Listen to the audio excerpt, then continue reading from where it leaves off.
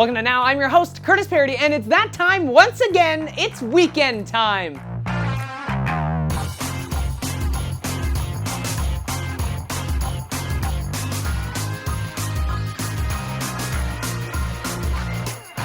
Before we start, I want to remind you that many of the shirts that I wear on this channel are available for purchase, like this one right here. Just head over to thecurtisparodystore.ca. Okay, let's start today's show off by talking about everyone's newest and favorite expansion pack for The Sims 3 Seasons. Yesterday, EA posted a producer walkthrough video of the game, and it looks awesome! But then again, ever since hearing about it and seeing a few screenshots at the Community Day event, I was already super excited. But now we have new images to drool over from the walkthrough video, like this one. I've always been a fan of snow in The Sims 3. It makes my game feel more like home. Plus, I enjoy the idea that my Sims have to go through the same hatred for snow that I do. But all in all, I think winter will be my favorite season in the game. It just looks so nice, and the addition of the little Christmas lights on the roofs of the houses looks cool. Also, they showed off the new blueprint mode for those people looking for a little helping hand when creating a house. You can check out the link for the full video in the description below.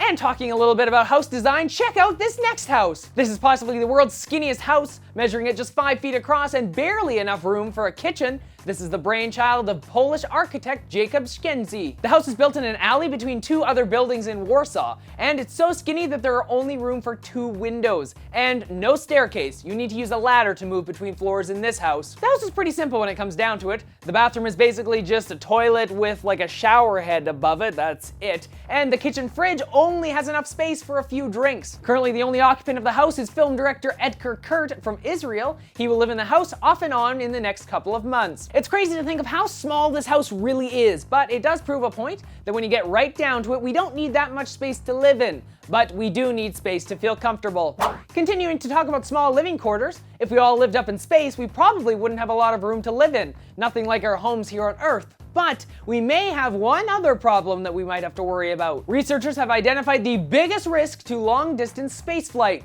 A sneeze. Yep, that's right, something here on Earth that we think nothing about, but up in space, it could become a big problem. Here's why. On Earth, when we sneeze or cough, the germs kind of just like fall to the ground within 3 to 6 feet. But without gravity in space, they just float around, infecting more surfaces. Meaning a spaceship could get really gross if someone becomes sick aboard and starts coughing all over the place. So next time you're thinking about how great it would be to live up in space, just remember other people's cough germs don't fall to the ground. They float around and they'd probably end up on your face. The more you know.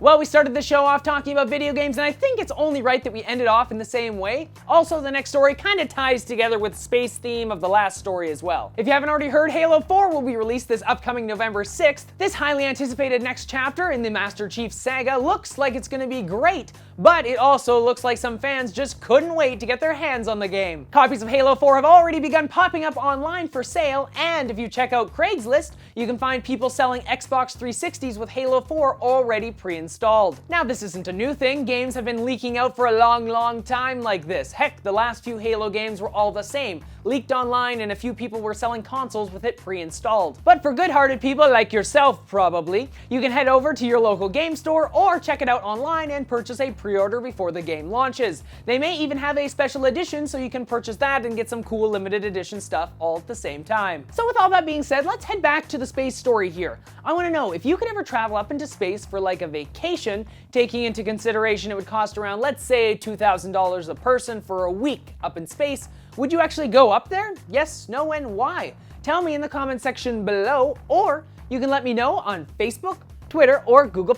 Links to all that and more in the description below. And when you're done commenting, why not click the subscribe button in that corner? Then all of the newest episodes of Now will get sent straight to you. Then you can click the like button because you like this video, you like the content in it, or you like me. One of the 3. And that's it for this week of Now. Don't forget, I'll be back next Monday, Wednesday, and Friday for all new episodes of Now with all new content. And I'll be back this weekend for a new episode of Curtis Plays, so it's going to be great. So don't forget, I'm Curtis Parody, and that's what's happening now.